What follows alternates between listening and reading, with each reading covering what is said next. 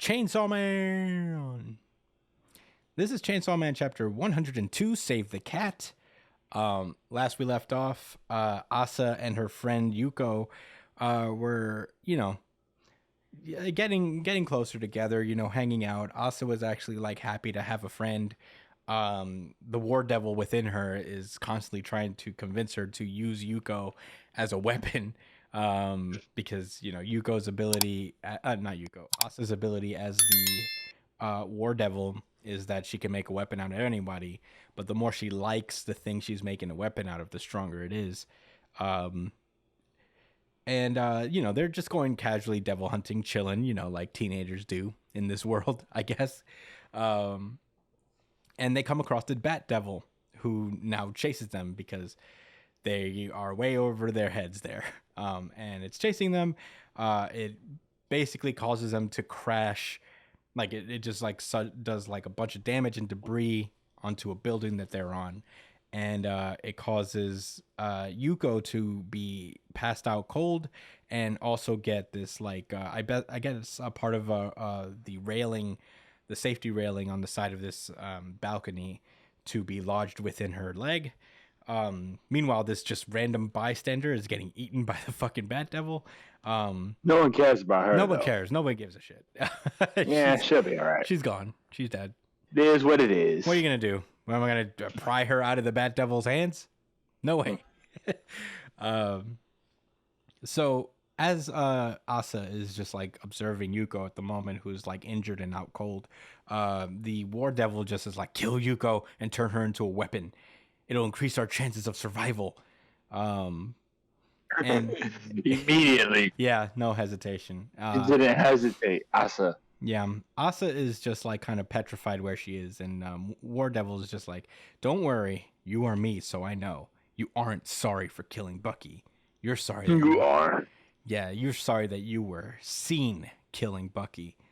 And he says, luckily for us this time, no one's around, so just do it. No one can see you. No one's going to shame you for it. So let's go. On the night you died, didn't you make up your mind that you're going to live more selfishly? Well, you got to kill her if you want to live. If you want to do that.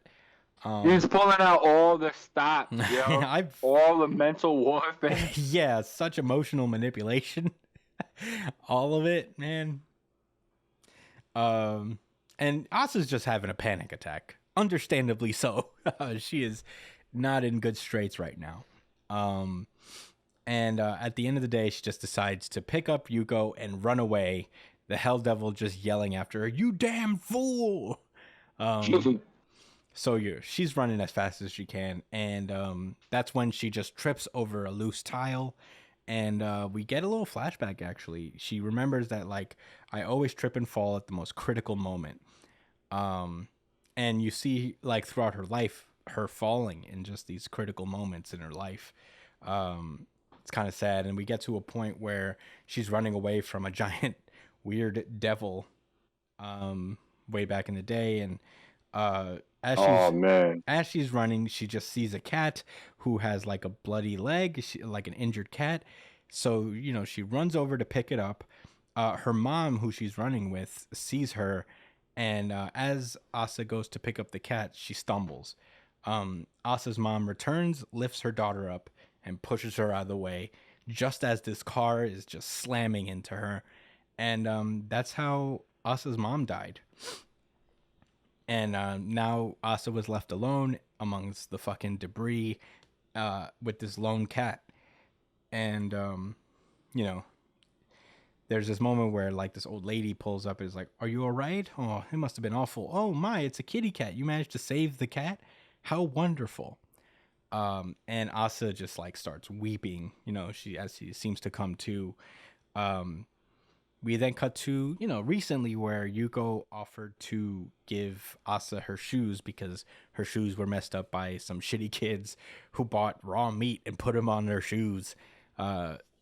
Fictional high school students are the worst. So yeah, she's basically like, I don't need this. I'd rather be bullied than pitied. Thanks. And Yuko just tells her, like, I don't really care how you feel. If my action turns out to be a mistake, if my heart was in the right place, that's all that matters to me. Asa agrees, you know, and as we cut to the present and she's like doing some introspection, she's thinking about like how she wants to live by that as well, you know, because even back then, yeah, her mom died and it was kind of her fault, but at the same time she was trying to do her best and she was trying to do a good thing, and it was the same thing with Bucky, you know, she her heart was in the right place there, but she just like fell in the wrong time. So she just says, I'm going to save her no matter what, as the Bat Devil gets real close and then chomps her up and seemingly eats Asa whole. And then it motherfucking happens. Another devil crashes through the building, causing the Bat Devil to spit out both Asa and Yuko.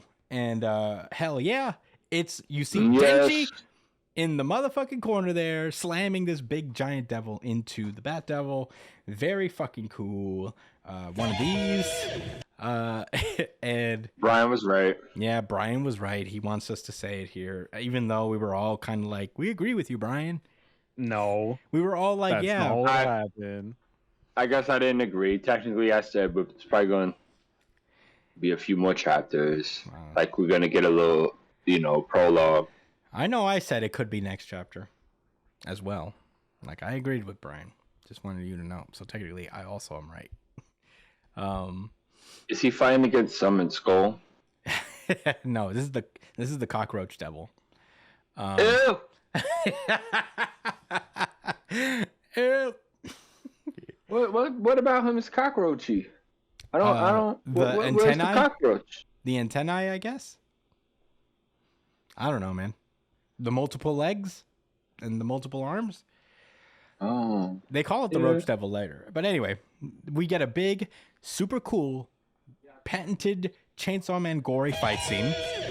Very edge, very cool. Chainsaw, blood, guts everywhere. Very, Oh, this is awesome, guys. It is legitimately badass. It's so cool to see this again. These like pages that could be like metal album covers are just like, they're just going at it. They're fighting. Chainsaw Man like manages to cut off one of the cockroach devil's arms. It flies back. He's like, Chainsaw Man, why side with humans when you're a devil? So you want to be a superhero now, eh? He picks up a human, like just some boy, and he picks up this car full of old people. And he says, you want to be a hero? Then how about this? One student with a bright future, or 5 old geezers and grannies in this car. Which will you save, Chainsaw Man, the superhero? And he drops both of them. Chainsaw Man chooses neither and just straight up kills the cockroach devil in this big dramatic 2-page spread. Looks really cool once again. And both the car full of grannies and geezers and the young student with the bright future both die.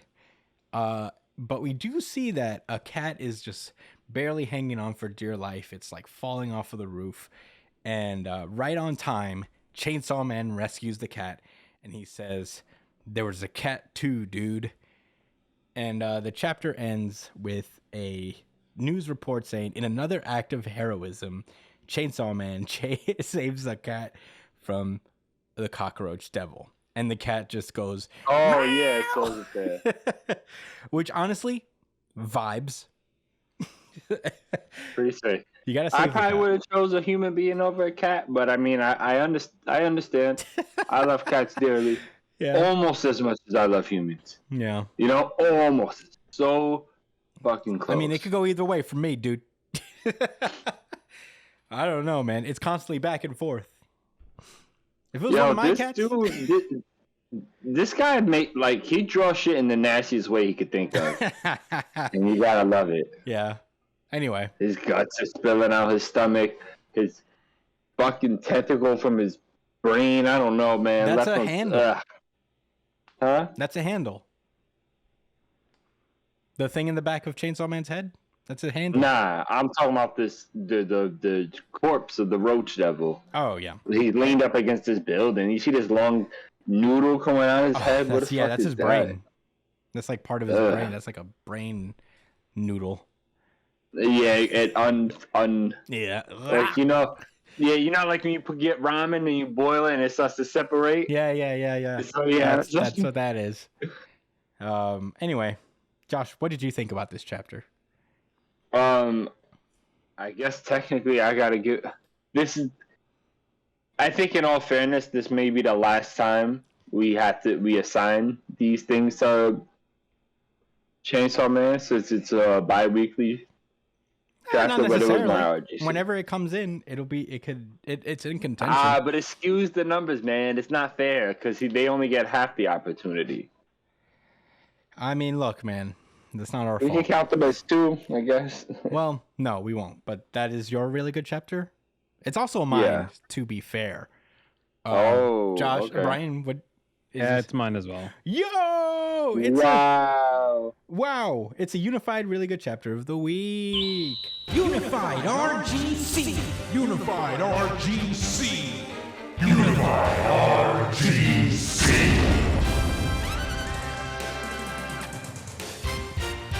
I'm guessing it wasn't the audience, which means I know exactly who won. Yeah.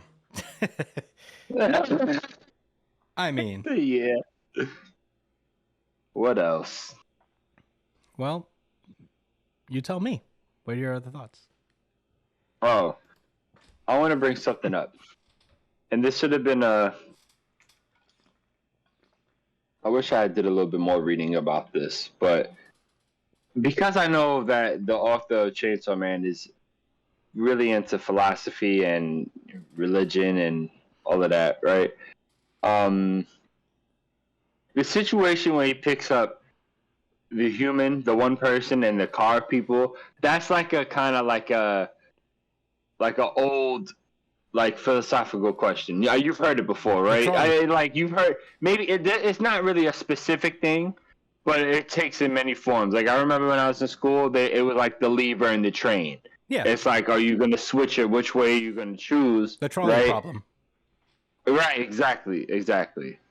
And, you know, I just thought it'd be cool if I shared my point of view on this situation, right? So, because the cat was another option, right? It wasn't what it seemed like. He had three choices to make, right? Now, usually, like when I ask people that question or when I hear people answer it, most people tend to say that, oh, like more lives outweigh less lives or something like that, which I personally disagree with.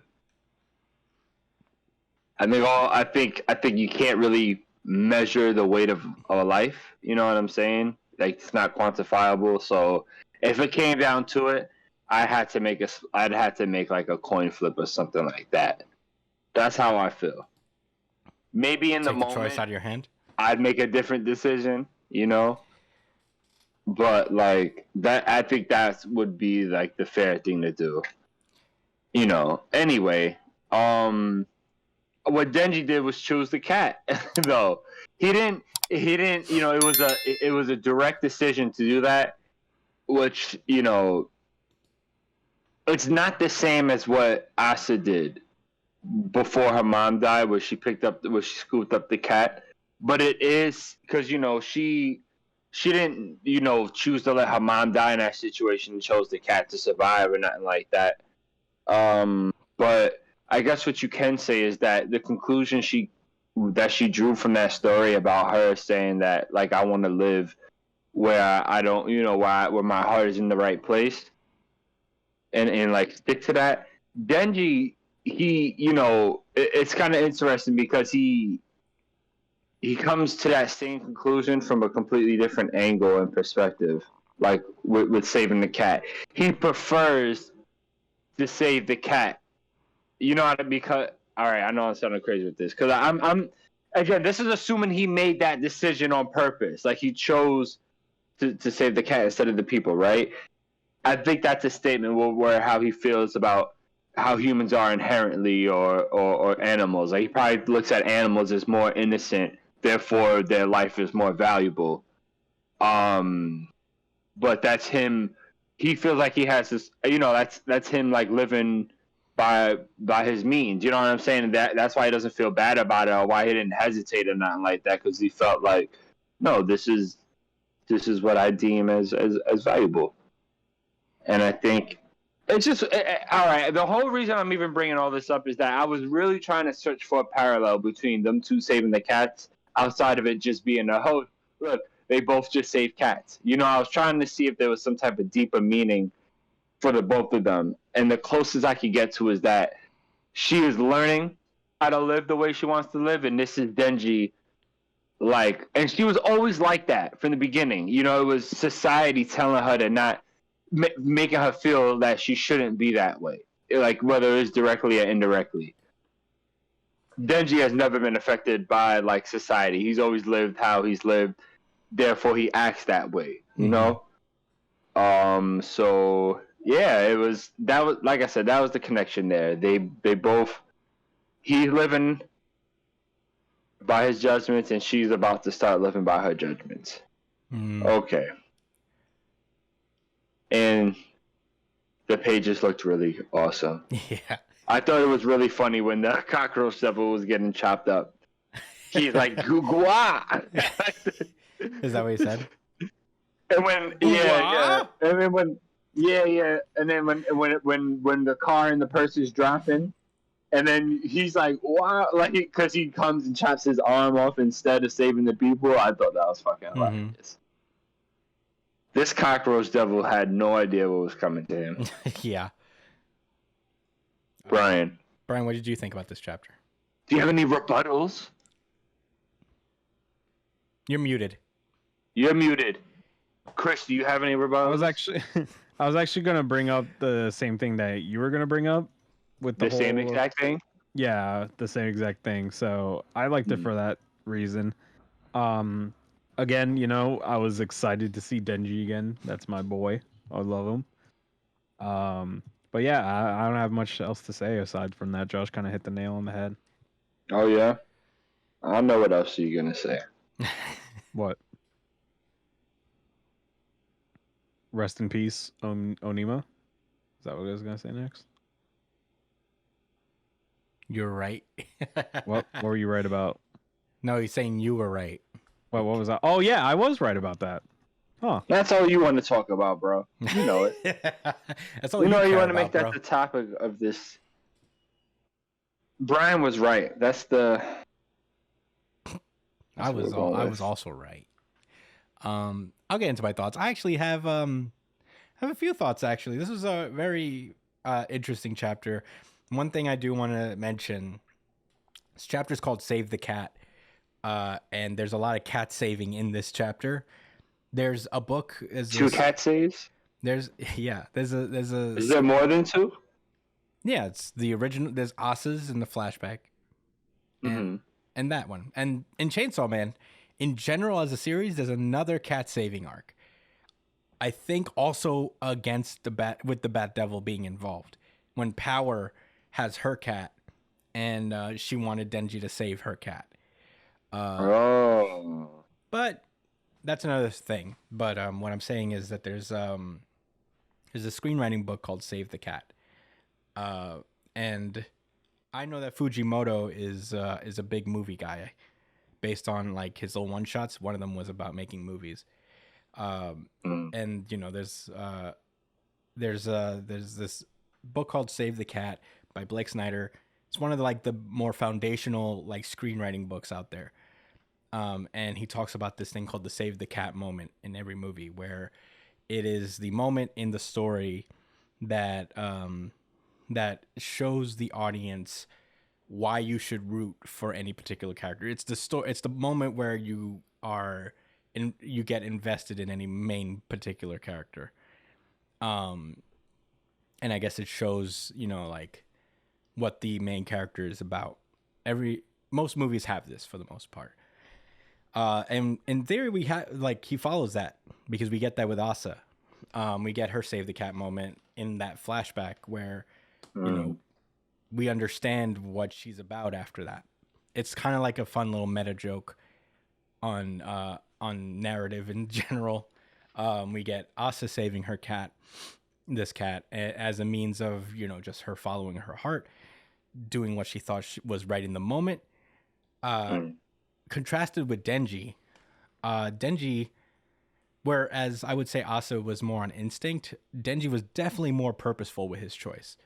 Yeah. So he for sure chose not to save people. And You could care less.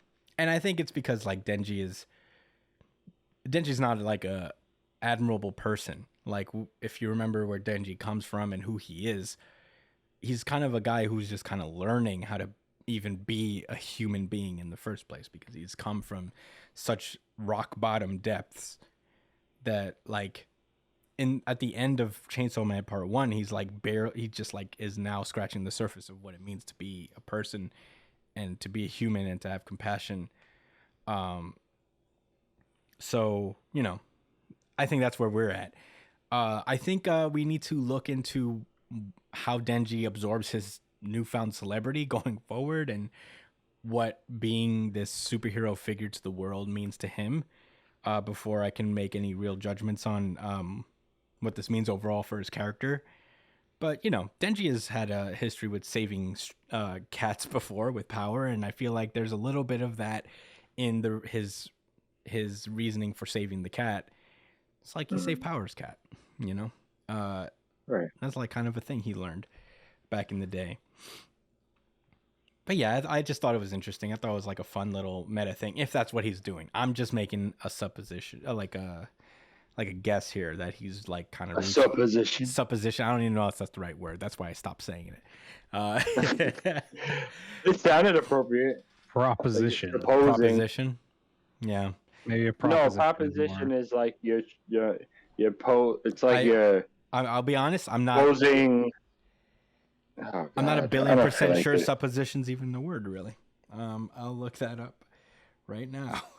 But in the meantime, yeah, read. A proposition is like a deal. It's like an offer or something like that. Supposition is an uncertain belief. They're working on the supposition that his death was murder. So, I guess I was using it right. Never mind. Now I was right. It's my Did you turn to read be The right. Cat is Dead? Did you read The Save the Cat? Was that part of your curriculum? Not part of my curriculum. I did go to school. Wow, Brooklyn College is fucking up. How is that not part of the curriculum? It was not bro? part of the curriculum. I do own it. I haven't read it all the way through, but that's something I learned. And I think that was very deliberate on Fujimoto's part. But yeah, I agree. I mean, it's always good to have Chainsaw Man do Chainsaw Man things. These like cool ass visuals. It's on the surface, it's just very dope. But I think there's like a lot of depth to this chapter as well. A lot of really good character moment for Asa. I don't know if she'll like really want to kill Chainsaw Man after this. I feel like they have stuff in common, and I think that'll be more difficult for her than they think. But it may also not be up to Asa, as the War Devil can just emerge whenever she feels like it. as long as Asa's not deathly afraid. But yeah, I'm looking forward. Chainsaw Man is bi-weekly, so we won't see it next week. Right? No, we will. It does come out next week, actually, but we'll be covering it the episode after the next one because we won't have new material. Provided we record next Monday. We go back to our regular schedule on Monday. We'll probably talk about Chainsaw Man the week after it actually comes out. But yeah, this was a great chapter. Very fun to read through. I read through this a couple times just because it was fun. Yeah, same. Yeah. So This is a very enjoyable chapter. agreed. Read Chainsaw Man, everyone. It's a hell of a read.